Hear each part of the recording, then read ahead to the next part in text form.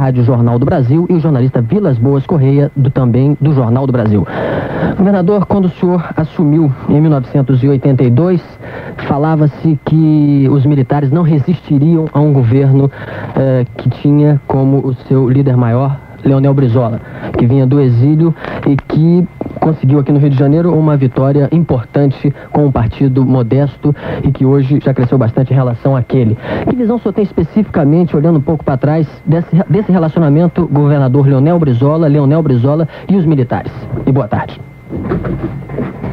Em primeiro lugar, a minha saudação à Rádio Jornal do Brasil, a todos os seus dirigentes, ao seu corpo de jornalistas, seu corpo técnico também, e aos nossos ouvintes, população do Rio de Janeiro, que eu saúdo afetuosamente em mais esta oportunidade. Na verdade, eu creio que nós ultrapassamos esse período de uma forma construtiva. Demonstramos que somos capacitados a viver numa democracia, tanto os militares quanto nós. Aliás, deveria dizer que se há uma área com a qual eu não tive nenhuma natureza de problemas, foi justamente a das Forças Armadas. Desenvolvemos aqui um excelente relacionamento, um ambiente de cooperação e de respeito e consideração mútua, como eu não tive, a rigor, de nenhuma outra. Curioso isto, não? E havia, naturalmente, que entre nós um ambiente de muita desconfiança. E você sabe que a minha história com as Forças Armadas, particularmente com o Exército, é uma história, assim, eu costumo dizer, de amor e de ódio. Como esses dois sentimentos, às vezes, se separam por uma película muito tênue, né? Eu sempre cultivei a esperança que depois de uma fase de tanta dureza como a que vivemos durante a ditadura, passássemos a viver um período realmente construtivo e melhor. E eu acho que isso se verificou. Eu, francamente, não registro iniciativas de nossa parte além do conveniente, além do digno, do correto, como também da parte deles. Mas trabalhamos no que diz respeito aos nossos deveres mútuos de uma maneira muito construtiva. E eu, a esse respeito, saio francamente confortado do governo do Rio de Janeiro. Eu não tive nenhum problema nessa área. Francamente, acho que eles também não tiveram comigo, até se surpreenderam a esse respeito. Estou certo que muitos militares, a essa altura, realmente fizeram uma revisão a respeito, eliminaram pelo menos aqueles juízos preconceituosos que possuíam, e oferecemos até uma lição de boa convivência e de reconstrução democrática. Governador, neste momento o país está vivendo um momento especial com relação a essa participação do Exército, da Marinha, das Forças Armadas dentro do processo político. O senhor tem sido bastante crítico, bastante duro, especificamente com o presidente José Sarney e com o governo federal como um todo. E o senhor tem dito até que nós ainda estamos vivendo um período autoritário, não passamos de um ato para um outro. O primeiro ato o senhor identifica como período autoritário, o segundo, a democracia. Ainda sobre a questão das Forças Armadas, elas, no seu entender, se adaptaram a esse processo de transição para a democracia ou também essa instituição necessita de uma transformação? Com toda franqueza, eu tenho feito até muitas vezes essa observação. Eu acho que de todos os setores, aquele que mais demonstrou, pelo menos para uso externo, para uso público, a melhor adaptação ao novo ambiente de reconstrução democrática foram as Forças Armadas.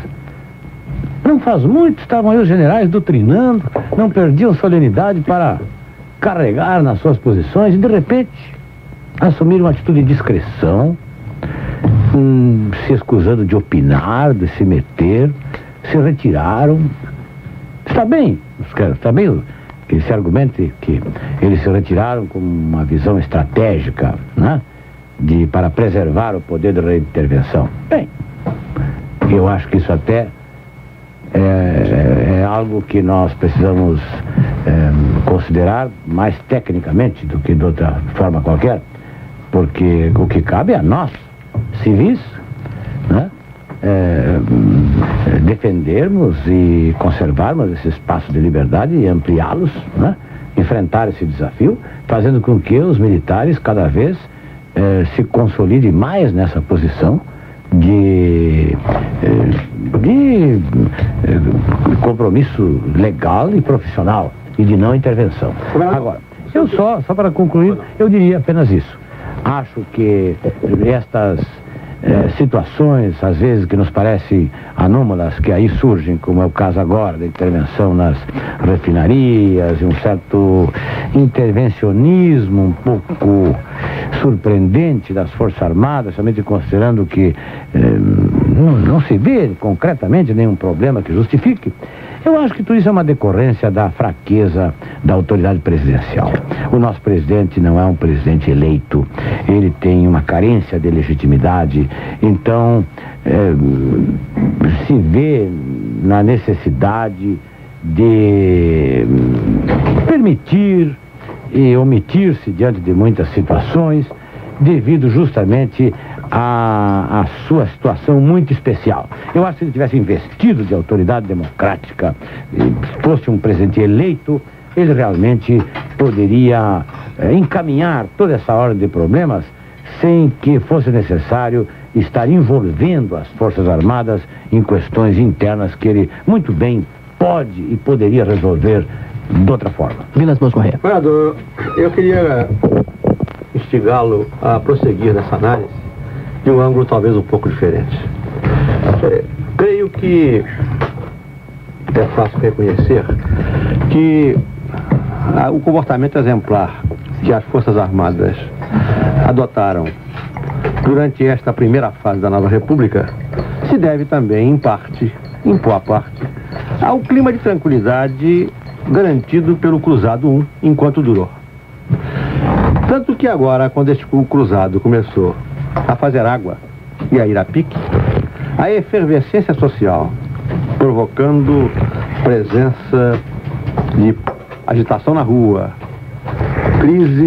a crise econômica se agudizando, sindicatos em efervescência, greves em séria, criam este quadro de apreensão contra a ordem que torna, a meu ver, inevitável o retorno das Forças Armadas ao processo político. E acho que este começo que nós estamos assistindo. Portanto, além do comportamento estratégico óbvio, de um ajustamento às circunstâncias, houve também uma série de fatores que ajudaram as Forças Armadas a sustentar essa posição, que agora já começa a ficar duvidosa. Governador Leonardo Brizola. Considero mesmo que esses aspectos todos focalizados pelo jornalista Vilas Boas têm o seu lugar. Acho que ele tem boa razão para invocá-los. Agora, penso que deveríamos, para compreender o papel que vem assumindo as Forças Armadas, ir um pouco mais a fundo. O que desejam as Forças Armadas? O que elas podem querer? Claro, exercer o poder? Sempre quiseram. E fizeram a sua experiência. Dessa vez, como assistimos, né, foi deposto um governo através delas e não devolveram o poder aos civis, ficaram lá. Bom, fizeram uma experiência. É preciso agora analisar o que está ocorrendo em relação a essa experiência. Eu acho que os militares que exerceram o poder, no fundo, assimilam, analisam essas experiências vividas. Isso é muito importante. Eu não quero desenvolver essa tese aqui, mas considero isso muito importante. Mas eu ouvi de muitos militares essa declaração, Vilas. A economia nós não governamos. Isso quer dizer que pensam voltar ao governo para governar a economia? Ou querem se escusar diante da crise em que o país mergulhou, demonstrando que eles não têm responsabilidade sobre a administração da economia? E ouvi outros me dizer, você, Brizola, tem razão. Nós realmente amarramos a vaca leiteira para esse pessoal ordenhar. Nós não temos responsabilidade com a economia. É todo um quadro que eles procuram assimilar de experiências vividas. Isso é muito importante. Então, o que querem? O que podem querer? Que o país viva em ordem, que haja ordem. Nós estamos de acordo que haja ordem. Francamente, nós chegamos a um nível em que só o inconsciente pode imaginar que possamos sair dos nossos problemas, dificuldades, sem ordem. Ordem é uma espécie de pressuposto para tudo. Estamos de acordo com isso. Que haja governos que equacionem os problemas, que o país saia dos impasses. E nisso é que o Vilas tem razão. Eu creio que, evidentemente, que há um governo bem-sucedido, como parecia aparentemente o governo Sarney, tem melhor apoio militar, em geral, do que outro, que não tenha esse desempenho. Agora, à medida que ele vai se deteriorando, o governo Sarney também vai perdendo, sem dúvida nenhuma, porque também vão surgindo problemas por toda parte que acabam também recaindo sobre as Forças Armadas. Eu gostaria só apenas de precisar o meu pensamento. O que eu considero é o seguinte, é que havendo intranquilidade na rua, havendo quebra da ordem, torna-se inevitável a intervenção militar. E até desejável por uma grande parte. E um governo incompetente pode levar a isso.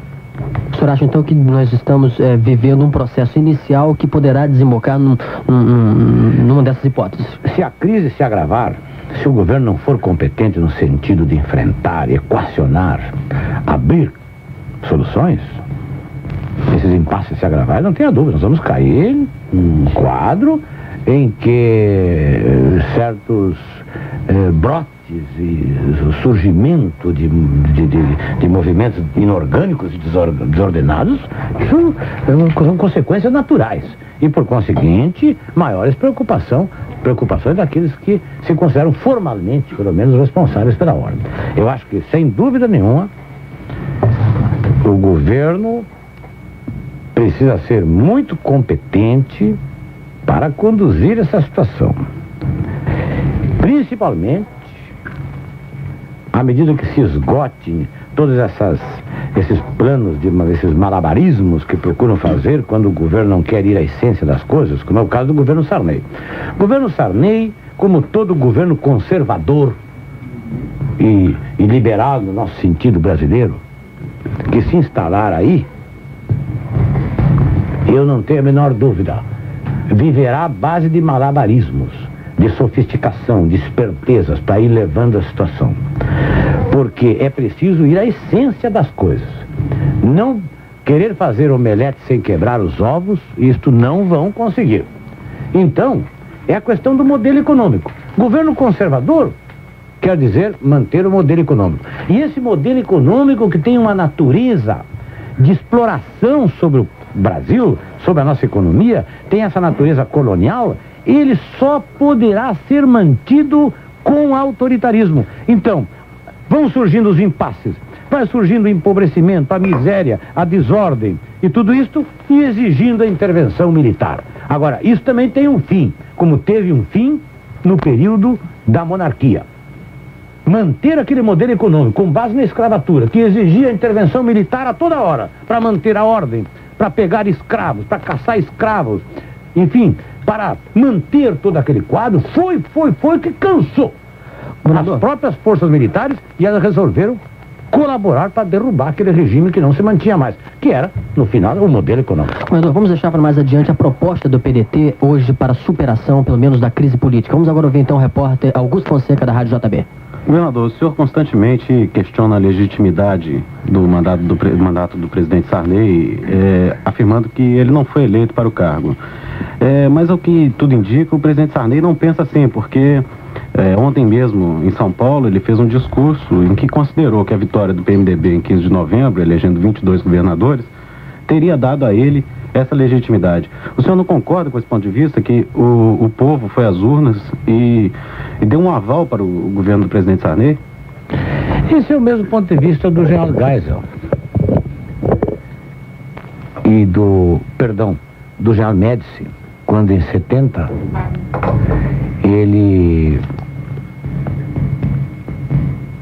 a Arena alcançou aquela enorme vitória, ele se considerou legitimado. Não posso concordar, lamento como brasileiro que o presidente Sarney continue pensando isso. Acho que ele está, com isto, desservindo ao país. O que o país esperava dele e espera é que ele compreendesse que a sua função é transitória e tratasse de convocar eleições. O país precisa de um governo legítimo. Tudo está aí demonstrando. Vamos convocar eleições. Governador, vamos deixar para o próximo segmento o complemento do seu pensamento e também a participação do Vilas Boas, que quer fazer uma pergunta a respeito disso. Nós vamos para o intervalo e voltaremos já. Não deixa a pessoa... Série de explanações não muito simpáticas à sua administração. E o ouvinte Walter Martins, ele é economista, mora na Tijuca, e ele diz que se o Brasil fosse um país sério, não aconteceria os gastos que têm acontecido com relação à propaganda que o senhor tem gasto. Ele diz aqui propaganda própria, eu imagino, em relação ao senhor mesmo ou em relação à sua administração. Que resposta o senhor tem a esse tipo de colocação, de que há, como o ouvinte coloca na pergunta, uma orgia de dinheiro em propaganda própria? Eu gostaria de não ter despendido um tostão em nenhuma das matérias que mandamos publicar. Gostaria de contar com a colaboração dos meios de comunicação, e isso eu não contei. Então, como as intrigas são muitas, os espaços que concedem aos nossos críticos, nossos adversários, são amplos, verdadeiras campanhas realizam contra nós, nós somos obrigados a publicar. Por exemplo, essa última matéria sobre os CIEPs. Mas não afirmaram, isso não se transformou em manchetes dos jornais e nas televisões, nas rádios, de que o nosso programa do CIEPs era uma impostura, que era quase que uma mentira, aquele conjunto de números, e que nós não estávamos absolutamente realizando 500 CIEPs. E de uma forma grosseira nos contestavam. Isso nos obrigou. É quase como um dever, como governantes, de fazer uma publicação. E na hora, o que nos cumpria publicar eram as fotografias. Aqui estão as fotos das 500 obras. Umas prontas, outras funcionando, outras em obras, outras em preparação, mas aqui estão as 500 obras. Essa prestação de contas... É uma prestação de contas. A prestação de contas que o seu governo levanta, o senhor mesmo reafirma agora, deveria ter sido feita no país inteiro, porque os seus substitutos, os novos governantes, afirmam que uma das críticas seria exatamente essa, que o senhor utilizou desse expediente no país inteiro, gastando uma quantia... Vejam, existem muitas notícias que surgem aqui no Rio de Janeiro e são espalhadas pelo Brasil inteiro. São agências que pertencem a alguns centros de comunicação que elaboram aqui informações e difundem essas informações pelo Brasil inteiro. E existem órgãos, principalmente em São Paulo, é o caso típico do estado de São Paulo, que aqui tem, né, jornalistas que elaboram matérias especialmente para serem publicadas em São Paulo. E eu passei a ler essas informações, passei a receber informações sobre o que se divulgam pelas televisões e pelas rádios, e chegamos à conclusão que nós devíamos, até em defesa do Rio de Janeiro, demonstrar que aquilo que noticiavam não era verdade. Daí, reservamos uma parte dos nossos recursos em matéria de divulgação para divulgar pelo Brasil inteiro. Agora mesmo, essa questão do CIEP. Eu li essas críticas dos adversários por toda parte do Brasil. Essas afirmações, não é verdade, isso é demagogia, isto é isto. Quer dizer, se escusavam de encarar a importância dessa obra, quer dizer, assumindo uma atitude elitista, viu? Para desmerecer esta iniciativa tão importante que merecia, a rigor, o apoio de todos. Eu não estou dizendo nada. Merecia apoio de todos esse programa, porque isso vai ser inevitável para o nosso país. A difusão dos CIEPs por toda parte. Pois bem, procurando insistir nessa discussão secundária, fez, não foi, foram tantos, não foram tantos, diz que... Mas quando é que alguém fez 50 aqui no Rio de Janeiro? Quando alguém fez 100? Não, só foram 150, não foram só 120. Quer dizer, procurando levar a discussão, desviar a discussão torpemente. Claro que tínhamos que apresentar perante o Brasil inteiro a nossa posição, a verdade. E fomos parcos, escolhemos 3 veículos para divulgar. A revista Veja, que é sem dúvida a revista que tem a maior circulação do país. Sabe que eu não tenho nada de comum com ela, mas como boletim, né, difundido pelo Brasil inteiro, é importante. Então, matéria paga em cima e vamos difundir nesse boletim. Folha de São Paulo é um jornal de caráter nacional, que se edita em São Paulo, um dos centros de difusão de notícias contra nós, de informações equivocadas. E, obviamente, o Jornal do Brasil, que é local e, ao mesmo tempo, um órgão da mais ampla expressão nacional, que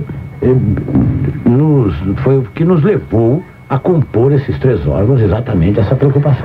Mas, governador, com relação a essas críticas e com relação à sua participação na eleição aqui do Rio de Janeiro e com relação à intervenção do Banerje, o José Malamude, advogado, mora no Rio Comprido, ele pergunta ao senhor, no seu entender, qual seria a relação que o senhor vê entre o impedimento da sua fala nas eleições para o governo do Estado e a recente intervenção do Banerje. E certamente ele quer saber que tipo de participação no seu entender. Eu acrescentaria outras questões, como vem para essa decisão do Supremo agora, quanto a essas pequenas leis aí para o pessoal, que não são diferentes de outras que foram feitas no curso do meu governo. Estas agora complementando, aliás, aquilo que faltava fazer, porque não era possível fazer tudo ao mesmo tempo. Essas medidas e outras, todo o cerco federal, tudo isso aí, no fundo, são medidas todas que fazem parte da mesma família.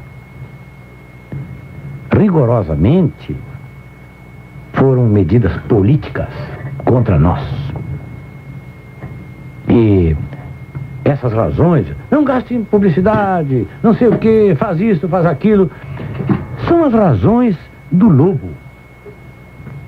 Dizem tudo da gente e não querem que a gente se defenda. Chegaram ao ponto nas eleições de me impedir de ir à televisão para me defender. Aliás, eu quero cobrar do Vilas esse detalhe. Uma das coisas que mais eu senti depois das eleições foi o comentário que o Vilas fez, omitindo esse detalhe, que eu acho que eu merecia a defesa de uma voz como a do Vilas, naquela hora, que comentou os resultados das eleições e dizendo, bem, é preciso registrar que o senhor Leonel Brizola negaram o direito de se defender na televisão. Governador? Não só se defender. Governador, se eu tivesse ido à televisão, Vilas, eu te garanto que o resultado não seria este. Porque este povo votou desinformado. Governador, rigorosamente. Vilas Boas está aqui, então vamos pedir que ele... Eu reconheço o seu direito de selecionar o que houve. E não me ouvir sempre. É evidente. Porque se tivesse me ouvido sempre, não faria esse reparo, porque eu fui talvez o único jornalista a colocar esse problema. Considerando que aquela legislação, não apenas neste aspecto, mas em muitas coisas mais, era casuística.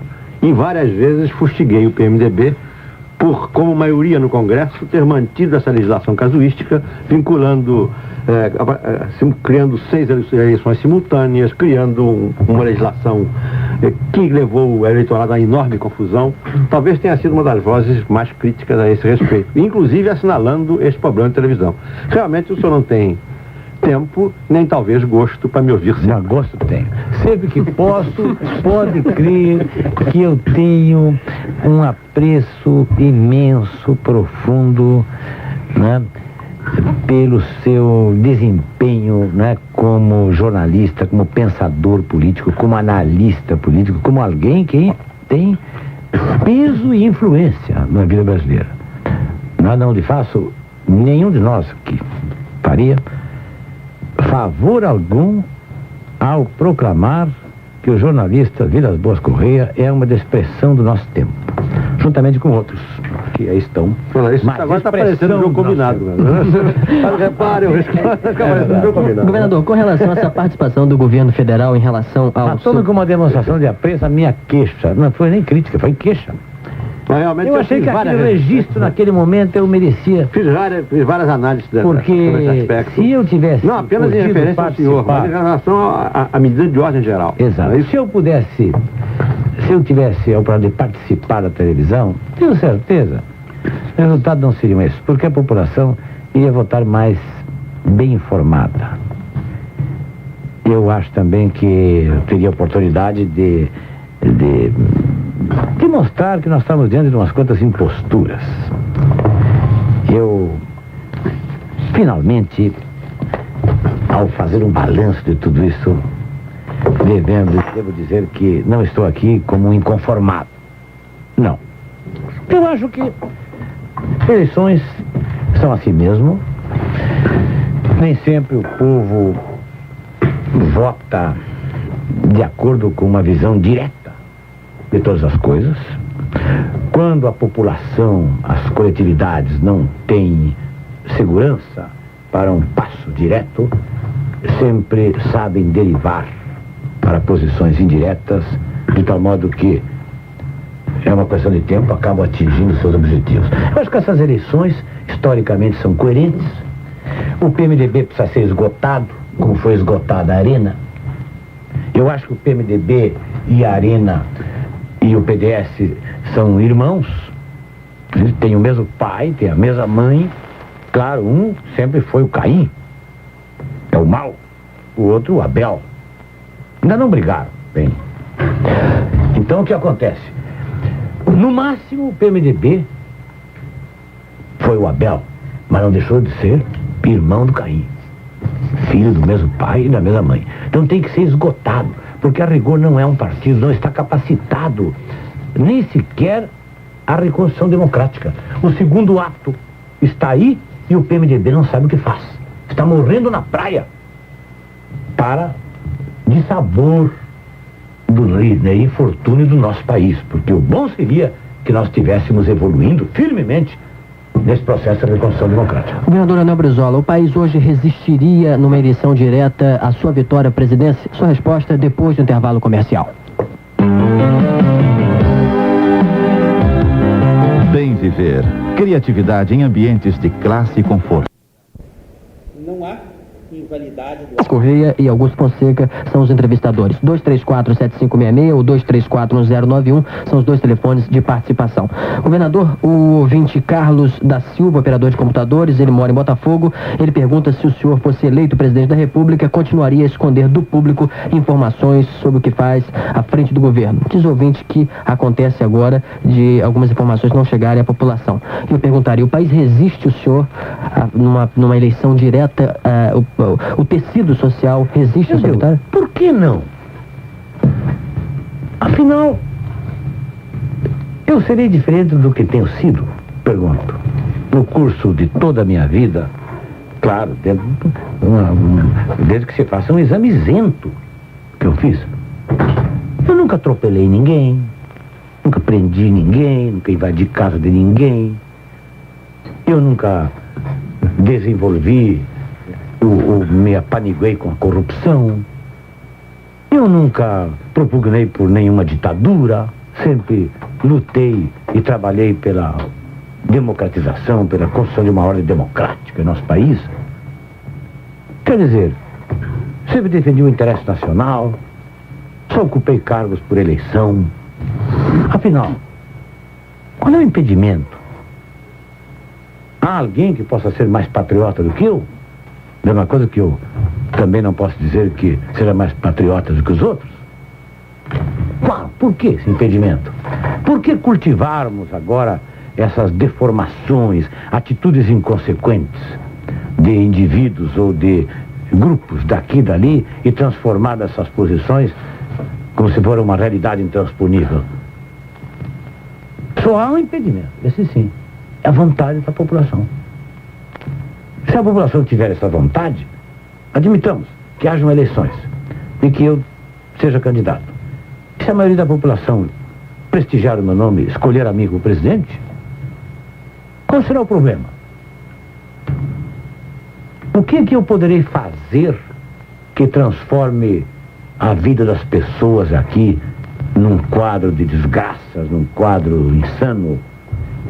Eu não quero a exclusão de ninguém. Eu não advogo a exclusão de ninguém, eu não advogo nem sequer tomada de exercício do poder, né, discricionariamente sob nenhuma forma.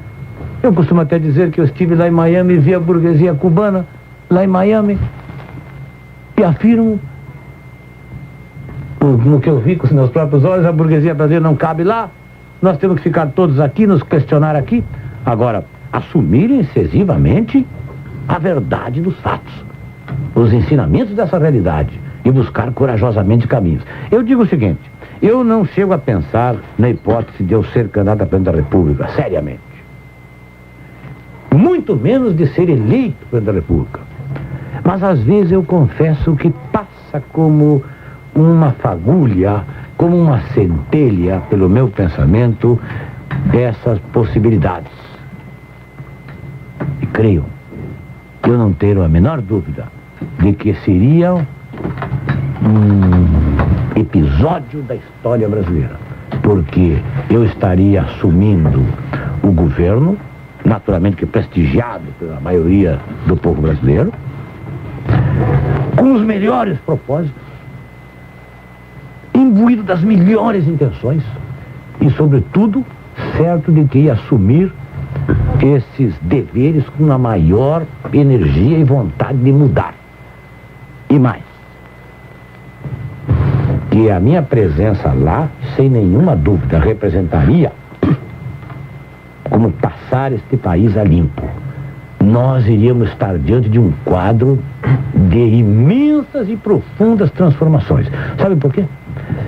Eu não sou melhor que ninguém. Eu não me considero melhor que ninguém. Mas eu acho que o destino, a vida, colocou em mim algumas coisas importantes que não dependeram da minha vontade. Eu me sinto depositário de alguns valores muito importantes do povo brasileiro. E acho que irão comigo para o túmulo. E vou trabalhar sem me submeter a pressões de quem quer que seja, porque não me sinto dependente de grupo nenhum na vida brasileira, apenas compromissado com o nosso país e com a população e com tudo que de bom, né, a história, as tradições do nosso país conseguiu reunir. Com toda a lealdade, acho que sou realmente, como tantos outros brasileiros e brasileiras, depositários desses valores. E isso é o que nos distingue dos demais. Porque na hora em que você passar a examinar, procurando situar onde está o novo nesse país, onde está uma esperança, onde está uma promessa realmente de mudança de vida nesse país, onde está? Está no Sarney? Presidente Sarney? Ou está no PMDB? PDS? PFL, podemos falar? Onde está? Onde está o novo neste país? Está no PT? Se passar a usar calças compridas? Se passar a se tornar independente das estruturas que atuam sobre ele? É possível que sim. Mas neste momento, ainda que restritos, ainda que relativamente poucos, nós somos herdeiros de uma tradição, de um patrimônio muito importante. E acho que nós é que representamos o novo. A nossa visão é a mais coerente, é a mais autenticamente ligada e vinculada ao nosso povo. Queira Deus que sejamos competentes e suficientes para colocar isso na realidade. Vilas Boas. Nado, eu estou ouvindo essa sua afirmação de candidato, que antecipa um programa, ou pelo menos uma intenção e um roteiro, e fico imaginando que o senhor hoje parece mais distante da presidência da República do que parecia algum tempo atrás. Lembro-me que em 82, quando lhe tiraram o PTB, e o senhor criou o PDT, um dos seus objetivos era fortalecer o partido, formar um grande partido. Em algumas conversas que eu tive o privilégio de ter com o senhor sustentava muito que esse era um dos seus objetivos. E o PDT atravessou 3 eleições, 82, 85, 86, e não parece um projeto político completo, realizado e fortalecido.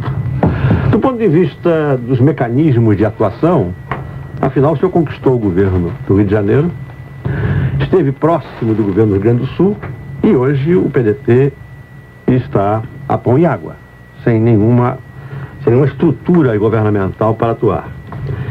E na Constituinte, eu acho que lá está o microfone de líder da oposição, da oposição no seu sentido mais amplo, não partidário e restrito, que é um microfone vago, à espera do seu líder. De um líder que seria necessária naturalmente o senhor e que não está lá, porque, a meu ver, cometeu um erro político irreparável, não se desincompatibilizando a tempo para ocupar o mandato na Constituinte. Porque este é o palco do futuro, é o palco do presente do futuro. Então eu pergunto ao senhor se, nessas análises projetadas para o futuro, não cabe um lugar para olhar um pouco para o passado e reconhecer que alguns erros táticos e estratégicos devem ter sido cometidos. Porque quando um projeto não dá certo, alguma coisa nele deu errado. Governador, o Paulo Cavalcante pensa da mesma forma que o jornalista Vilas Boas. Ele é aposentado, mora no Leme e disse que é seu leitor, inclusive, e pergunta por que o senhor não se candidatou à Assembleia Nacional Constituinte. Perfeito.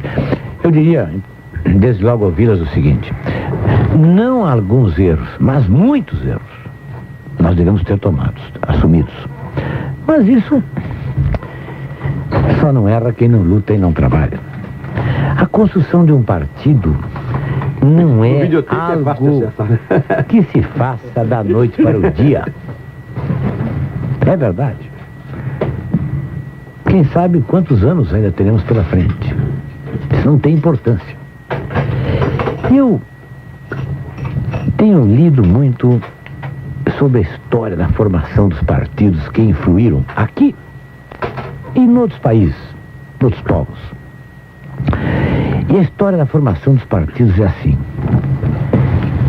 Melhor seria que nós estivéssemos numa outra situação. Mas nós acompanhamos um pouco o que está ocorrendo no país, sem nenhuma dúvida que o processo de reconstrução democrática se deteve, está se frustrando no país.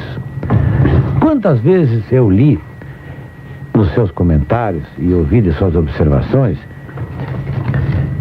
de que o futuro do PMDB, né, seria o de toda a frente, né, que se forma, né, nessas eventualidades, como ocorreu com a ditadura que tivemos, e depois trata de se transformar, né, em tantas correntes quantas foram aquelas que a formaram. E daí os partidos. Isso não ocorreu aqui no Brasil com o PMDB. Nós sofremos essas consequências. Devido ao parece que você não acha que vai acontecer na Constituinte e na sucessão presidencial, na disputa do Poder Federal? Ao fim desse processo da Constituinte? É o que já está acontecendo. Achamos que isso vai ocorrer, mas até agora não ocorreu. Essa é a verdade. Está ocorrendo. O PMDB se transforma, vai indo como uma ameba, aquela geleia, vai indo e tem se mantido. Governador, já há um bloco progressista no Congresso, do qual o seu partido participa, integrado por vários deputados do PMDB, que praticamente se desligaram da legenda, que estão adotando uma atitude própria.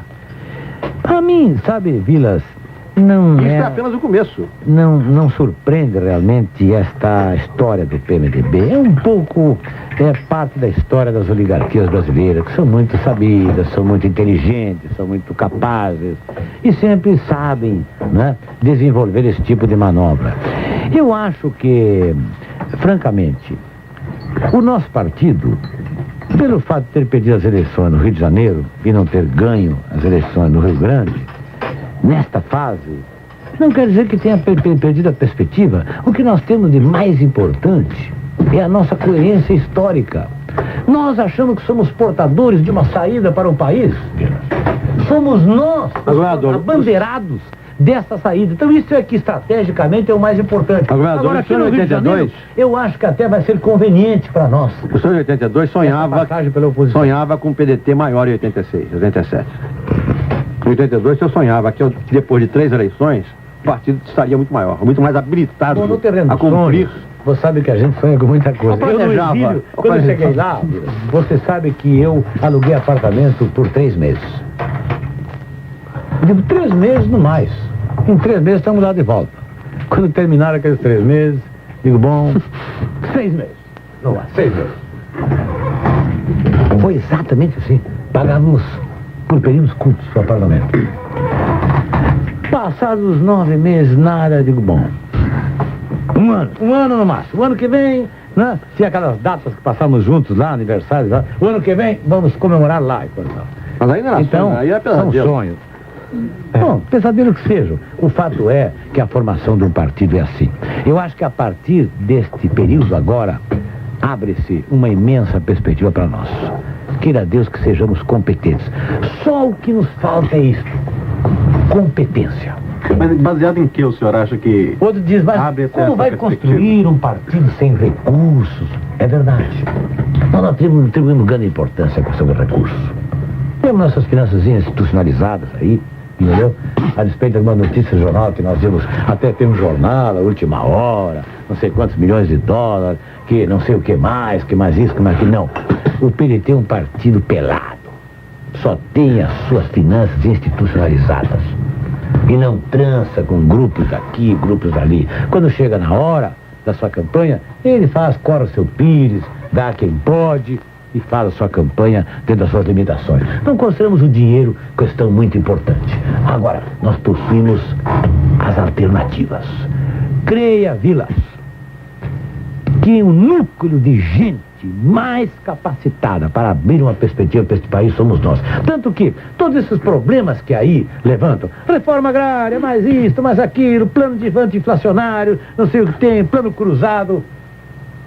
Quem levanta uma voz para uma análise, né, criteriosa, uma análise correta, coerente, somos nós. Eu dizia uma coisa, há poucos dias eu passei o tape daquela minha conferência que eu fiz na rede de rádio e televisão sobre o plano cruzado. Francamente, só quem guarda uma coerência histórica podia dizer aquilo. Eu não disse somente de minha parte, como se eu estivesse produzindo aquelas razões, não. Aquilo foi o produto de uma espécie de convenção profunda que fizemos do nosso pensamento. Eu expressei ali o pensamento do nosso núcleo. Aliás, nós nos consideramos como os republicanos. Ali nos abeberamos. Você sabe que ali estão os nossos exemplos, em matéria de dedicação, em matéria de autenticidade. Aquele número restrito de pessoas que, ao enfrentar aquele quadro, viu, aquilo que parecia impossível de mudar, né, através da sua fé, da tenacidade daquela gente, da sua pureza, né, trouxeram aquela transformação. Bueno, o senhor pode botar aqui esse programa numa moldura histórica e orgulhar-se dele. Mas do ponto de vista eleitoral, na ocasião ele foi um desastre. Vamos deixar então o governador Leonel Brizola comentar a respeito da questão do plano cruzado. Os republicanos então deram um exemplo fantástico a esse respeito, Vilas. Você sabe que com toda aquela luta só conseguiram eleger os deputados estaduais? Governador, aqui, no Rio Grande, na Bahia, São Paulo. Governador, vou pedir para que o senhor aprofunde um pouco mais essa questão e diga até as alternativas reais do PDT, levando em conta o raciocínio da Lígia Marta, professora de Botafogo, que ela diz que é militante do seu partido e que repara que muitas das atitudes não se coadunam com o ideal social-democrata a que se destina. Depois do intervalo comercial, o governador Leonel Brizola, de novo, na Rádio JB. No último bloco, Augusto Fonseca. A ouvinte Lígia Marta, né, fazia a pergunta, ela se diz militante do PDT e afirma que o PDT, às vezes, tem posturas que não se coadunam com a postura social-democrata. Eu acrescento, o senhor, por acaso, faria alguma autocrítica de alianças passadas feitas pelo PDT em eleições com partidos mais conservadores? E, governador, a mesma ouvinte aqui que você pergunta também, ela colocou a respeito especificamente com a aliança com o PDS. Governador Leonel Brizola. Deixa eu pegar uma carona para fazer uma pergunta maior. Como não? Eu lhe perguntaria como agora, com o PDT, um partido com uma grande bandeira, governo, uma estrutura partidária também, quer dizer, não é o governo, é a estrutura partidária. Se faz, passo a passo. Nós não queremos, de repente, entumecer e chegar ao governo. Não, nós queremos, passo a passo, construir uma base de consciência esclarecida. Você diz, mas Brizola, você está com 65 anos. Como é isso? Porque se eu tivesse a tua idade, fosse jovem, eu creio que ele não estava tão desesperançado em relação a nós. Mas, com a minha idade, ele deve estar pensando como esse homem. Vilas, tu sabes que os Brizola recém começam a dar o prego aos 90 anos. Entendeu? Hoje ainda encontrei um que tinha 75 anos. Governador, você está enganado. Eu estou apressado porque eu não vou ter condições de acompanhar o desfecho dessa novela. Vai. Vou perder os últimos capítulos. Você é muito jovem. Veja o seguinte, escute lá. Eu acho que essa companheira tem toda a razão. Existem muitos desvios, nós estamos praticando, nós estamos aprendendo, nós realmente... Autocrítica propriamente não. Eu tenho me aprofundado nesse processo e acho que autocrítica é algo um pouco... que não é o caso. Tem muitas reservas a esse respeito. Mas, uma análise, né, crítica e a assimilação de lições, ensinamentos. Eu acho que é através da prática, da experiência que a gente aprende. As alianças, em matéria de partidos, estão aí como a melhor prática da democracia. Claro que não se pode fazer alianças inconsequentes. Num partido como o nosso, de natureza social, tem essencialmente duas que não pode, não deve fazer. De uma parte, a chamada pequena burguesia radicalizada, porque isso é um estado mórbido. E do outro lado, os comprometidos com os interesses antinacionais. Aqueles que vendem os interesses do país e se associam com os interesses estrangeiros que exploram o nosso povo. São alianças que nós não podemos fazer. Não podemos fazer aliança com as multinacionais ou com os associados das multinacionais. Você não enquadra o PDF em nenhum desses casos, Segmentos locais, não. Pode crer que você vai aí para o interior do país, nos municípios, no interior...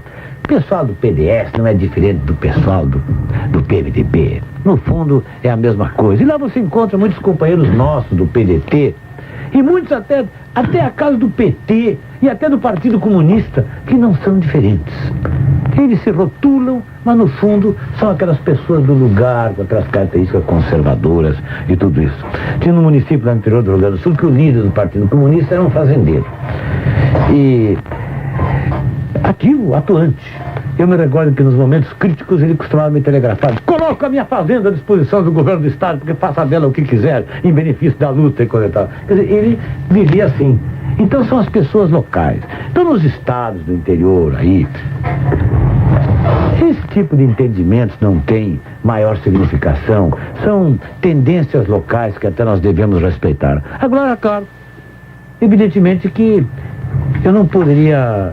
por exemplo, me dar aí os braços, me aliar com o general Geisel, por exemplo, porque isso seria inconsequente. Não seria possível. Agora, na hora que se examinam situações locais, isso não tem importância. Eu acho que o importante é que na formação de um partido, ninguém deve ter medo de alianças, de entendimentos, porque isso mostra insegurança. Partido que tem receio de diálogo, de entendimentos, de realizar alianças, mostra a sua insegurança, a sua inautenticidade. Governador, o seu partido hoje está preparado para assumir um poder central se vencesse uma eleição direta? Só acredito que o PDT... Nós estamos preparados para as eleições. Isso é o que nós queremos. Entendemos que a tradição brasileira é da organização dos partidos através de eleições. Mas sempre foi assim. Quando eu vejo todo esse quadro, né, que eu até respeito e acho que tem motivos para considerar, porque não podem ter os elementos que temos nós, em função daquilo que consideramos a nossa autenticidade. Quando eu vejo, por exemplo, um raciocínio como o do jornalista Vilas Boas, mas eu pergunto e me indago o seguinte: por que será que estão sempre tão preocupados conosco, Vilas? Francamente, se você analisar bem o presidente Sarney, eu acho que eu estou povoando o pensamento dele há muito tempo. E de todos os quadros dirigentes lá da chamada Nova República, então não era muito melhor para eles fazerem eleições? E de quem é que eles têm medo? De quem eles receiam? Nós somos uma espécie de pato feio da política brasileira. Sempre somos cheios de defeitos, nós significamos pouco, nós sempre estamos perdendo, nós sempre aparecemos nos noticiários dos jornais por aí, das televisões, sempre de uma maneira desmerecida, mas sempre preocupados conosco. Eu, francamente, sem nenhuma vaidade, eu acho que o presidente Sarney tem medo de realizar eleições. E tem medo, especialmente, de mim como candidato. Isso que eu não sou nem candidato, absolutamente não estou atrás desse bonde. Mas ele tem receio. E o PMDB também tem. E o doutor Ulisses também tem. Governador, isso acha que o seu governo aqui no estado... Por que não fazem eleições? Se o Brizola vale tão pouco, o PDT não tem significação nenhuma, por que não fazem eleições? Mas, governador, E precisaram fazer toda essa união aqui no Rio de Janeiro, somar todo mundo. Todo mundo aqui no Rio de Janeiro para ser contra nós. E nós que valemos tão pouco, o seu que governo não significamos nada. Governador, o seu governo aqui no estado do Rio de Janeiro é o grande aval, vamos dizer assim, do que o senhor teria como condições... Dentro do possível foi. Nós governamos uma situação muito adversa, mas assim mesmo, sem nenhuma dúvida, esse governo vai nos dar base, elementos, para mostrar ao Brasil o que somos. Por exemplo, quer ver uma coisa? do Sul, por exemplo? Ah, sem nenhuma dúvida que foi. Sem nenhuma dúvida que foi. Incomparavelmente. Veja o seguinte, nós, por exemplo, estamos em condições de chegar no país inteiro dizendo assim, quando nós afirmamos que a prioridade maior deste país é salvar as nossas crianças, mandamos que examine o governo do Rio de Janeiro. Essa prioridade foi real aqui. Podíamos ter assumido outras. Juntamos tudo o que podíamos e jogamos nessa prioridade. É concreta a nossa posição. Isso nós podemos mostrar ao país. Esse país pode tomar o rumo do socialismo, do capitalismo, do que for. Mas esta questão de salvar o seu povo, de ter gente saudável e capacitada aqui, para ser responsável pelos destinos do país, isso é independente até de uma posição ideológica. Mas que estrutura o PDT tem, além do seu carisma pessoal, para concorrer numa eleição a nível presidencial? Nós realmente somos muito pobres, limitados, precários. Nos confundimos com a precariedade, né, do nosso povo, do nosso país. Mas, havendo um mínimo de lisura, de liberdade, de honestidade nas eleições, olha lá. O que impede que cada cidadão siga a sua própria cabeça e chegue lá e deposite um voto e nos permita até vencer as eleições? Isso pode ocorrer. E aí nós estamos cheios de exemplos pelo mundo. O presidente Vargas mesmo venceu as eleições sem nenhuma estrutura. Claro que não é comparável porque ele vinha de uma situação anterior. E a estrutura do PDS na ocasião socorreu o presidente? Do PSD? Desculpa, do PSD. Que Olha, encaixou o meio e foi quase toda a ele aluiu a estrutura do PSD por baixo. O PSD era muito mais dele do que... E eu, francamente, eu acho que, conforme forem as circunstâncias, se isso coincidir com as tendências históricas, porque quem vai resolver o problema não sou eu, nem ninguém, no caso de haver liberdade. Vai ser o povo brasileiro. Governador, eu queria colocar... E nós cultivamos esta... Olha, não é pretensão. Nós cultivamos essa convicção profunda que nós, olha, independente de mim, Leonel Brizola, filho de fulano e de Beltrana, como eu que nasceu lá no Rio Grande do Sul, que andou aí pelo mundo, com a cara que eu tenho, independente disso. Isso aí é uma circunstância. E eu tenho certeza, pelo que penso, em relação ao que estou comprometido, ao que eu realmente sou, francamente, eu acho que num ambiente de liberdade aí e de acesso à comunicação, eu acho que sou uma espécie de amor secreto do povo brasileiro. Governador, eu queria colocar para a sua reflexão... Se ele puder jogar a parada comigo, joga. Eu queria colocar para a sua reflexão pública... Sou um instrumento, hein? Puro instrumento da história. Se o povo brasileiro puder, como num tabuleiro de xadrez, Vila, pegar o Brizola como uma pedra, diz, movo essa pedra daqui para cá. Se ele puder jogar a sua parada comigo, ele joga.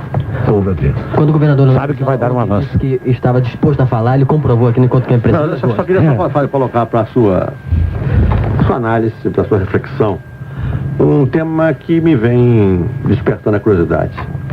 Acredito que uma das dificuldades que embaraçaram o caminho do PDT nesse processo eleitoral tenha sido o fato do PDT ter avançado levantando uma bandeira socialista.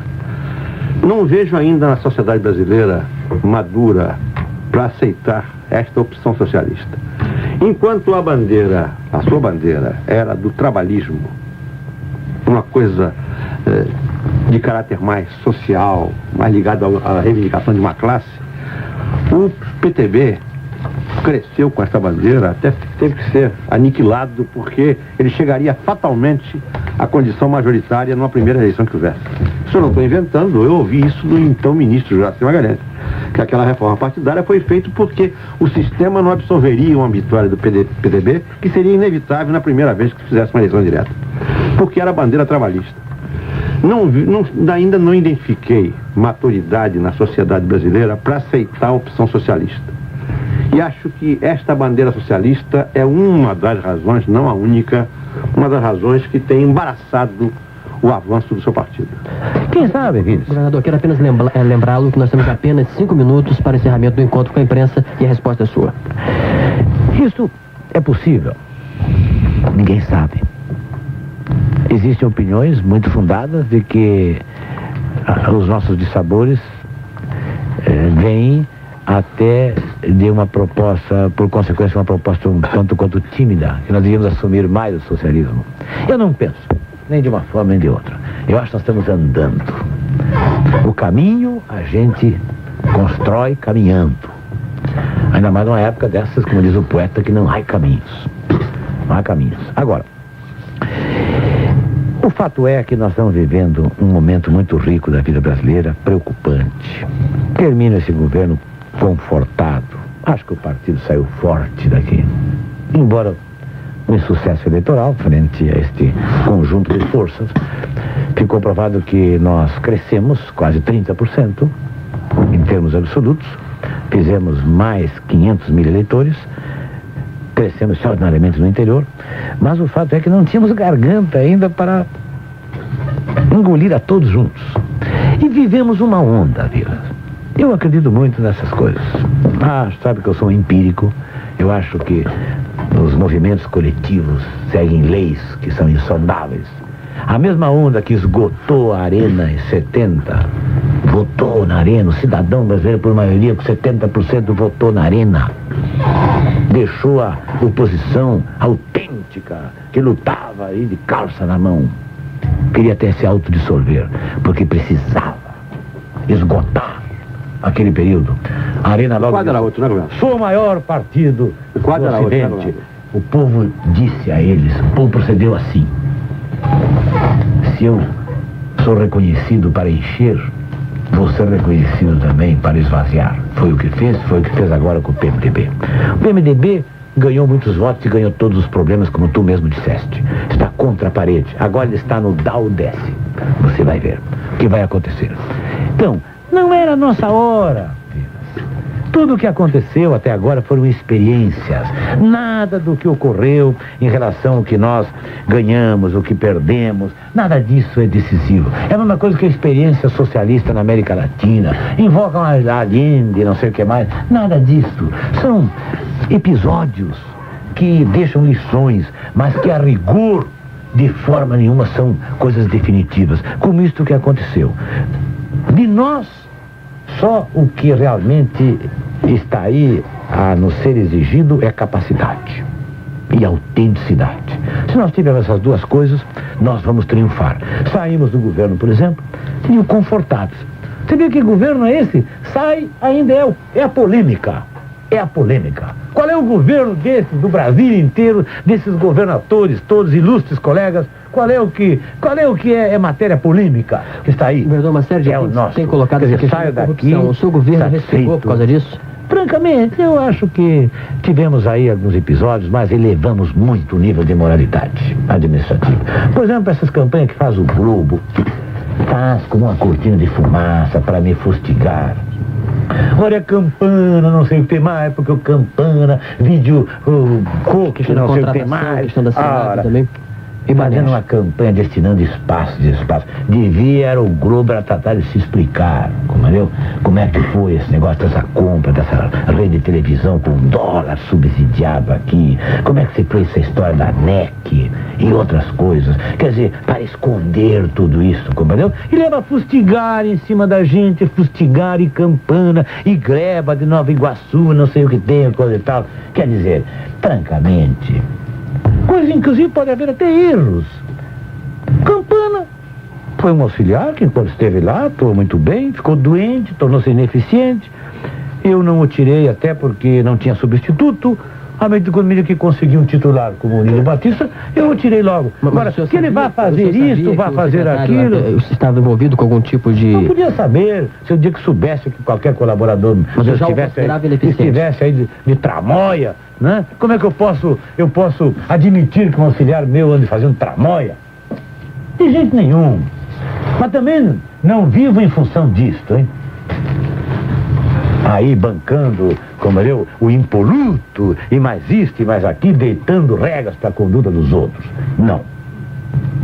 Acho que o meu governo contribuiu para elevar o nível de moralidade. Principalmente porque saímos do chavismo. Aqui está o César Maia do meu lado. César, o que era aquela Secretaria da Fazenda? O que era aquela fiscalização? O que era esse quadro todo desse governo quando estava entregue ao chavismo? Então fala, imoralidade Detran. Claro, mas o mar de corrupção era tão grande que não foi possível fumigar tudo, limpar tudo, ainda ficou, tem coisas impregnadas como cupim, que não é fácil. Vocês sabem quando o cupim entra na madeira assim, torna-se difícil. Governador, e foi isso. Praticamente no encerramento. Mas eu saio satisfeito sobre isso, esse aspecto também. Eu vou pedir ao jornalista Augusto Fonseca que faça uma última pergunta e que o senhor responda objetivamente. Augusto. Vamos encerrar então aqui uma polêmica que já está... guardando essa pergunta aí, que já está se estendendo assim por vários meses. Afinal de contas, o senhor transmite ou não o cargo ao governador eleito Moreira Franco? Não sei. Eu estou examinando. Você sabe que a coisa não está sendo colocada de uma maneira correta. Eles não estão cumprindo as regras lá do cerimonial. Começa o seguinte. No tempo, quando eu assumi o governo, também foi assim. Metade dos convites para um, metade dos convites para outro. Como é que eles imprimiram convites em meu nome? Estão mandando telegramas convidando entidades e batucada, não sei o que mais, lá para as 10 horas da manhã. Estão distribuindo aí por toda parte, pelas feiras, tickets, compreendeu? E um convite, vá almoçar com o governador eleito, distribuindo quentinha aos milhares. Diz que compraram 100 ou 150 mil, compreendeu? Tickets para a quentinha, vai ser a posse da quentinha. Quer dizer, isso não está bem. O nosso pessoal vai estar lá também, porque não vai querer aquele negócio ali, que nos desmoralize, nos agridam. E sabe, o nosso pessoal não é manso. Então, nós estamos na iminência de uma situação deprimente, desagradável, que não corresponde ao nível de educação, de tradição política do Rio de Janeiro. Por isso que eu examino essa possibilidade de ir ou não ir. Mais para mais ou mais para menos? Olha, francamente, eu não estou achando que a situação, seja uma situação compatível e está nos trazendo preocupações. Nós reconhecemos, a festa é deles, como era a nossa também. Mas nós criamos todas as condições para evitar uma situação de violência na minha posse e até de constrangimento ao próprio senhor Chagas Freitas. Fizemos questão disso, até aliviamos os nossos ataques, nossas críticas a ele, para evitar o constrangimento a ele. Isso não está ocorrendo. Então nós vamos examinar. Se merecerem a nossa presença, eu lá estarei. Mas se não fizerem por merecer, que assumam entre eles próprios. Governador Leonel Brizola, muito obrigado pela sua participação aqui no programa Encontro com a Imprensa da Rádio Jornal do Brasil. Obrigado também ao jornalista Augusto Fonseca, repórter JB. Obrigado ainda a Vilas Boas Correia e a vocês todos que acompanharam conosco esse debate. Se falamos menos um pouco do Rio de Janeiro e mais do país, é porque o destino assim o exige nesse momento, a discussão mais ampla a respeito dos destinos políticos do Brasil. Muito obrigado a todos vocês. Segunda-feira estaremos de volta e agora, repórter JB com Orlando de Souza. Até.